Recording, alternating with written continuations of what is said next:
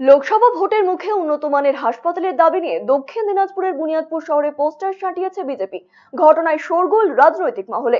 পোস্টারে হরিরামপুরের বিধায়ক তথা মন্ত্রীকে উদ্দেশ্য করে হাসপাতাল নির্মাণ নিয়ে কটাক্ষ করা হয়েছে। লেখা আছে, মহকুমা শহর বুনিয়াদপুরে ব্লক মানের হাসপাতাল কেন? 13 বছর হয়ে গেল, জবাব চায় জনতা।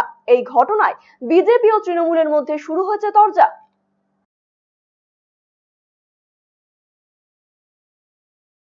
এখানে তো সুপার স্পেশালিটি হসপিটাল হওয়ার কথা, যেরকম সাব ডিভিশনে হয়, এখানে কেন হবে না? এত মানুষ, এবং আপনারাও সবাই জানেন যে রশিদপুর যে হসপিটাল, সেই হসপিটালের উপরে অত্যাধিক চাপ এবং এখানে পরিকাঠামো কিচ্ছু নেই। তো যেরকম হসপিটাল গঙ্গারামপুরে তৈরি হয়েছে, ওরকম এখানেও একটা হসপিটাল হওয়া উচিত। তাহলে এই যে হরিরামপুর থেকে শুরু করে বুনিয়াদপুর থেকে শুরু করে পাথরঘাটা, কুসুমুন্ডি, এরা এখানে আসার সুযোগ পাবে। তাহলে কুসুমুন্ডির প্রত্যন্ত অঞ্চল থেকে একজন মানুষকে যদি পৌঁছতে হয় গঙ্গারামপুর পর্যন্ত, তাতেই তো অবস্থা খারাপ হয়ে রুগী ওখানে মরে যাবে। নির্বাচনের সামনে এরকম আগে বিরোধীদের চক্রান্ত হতেই পারে।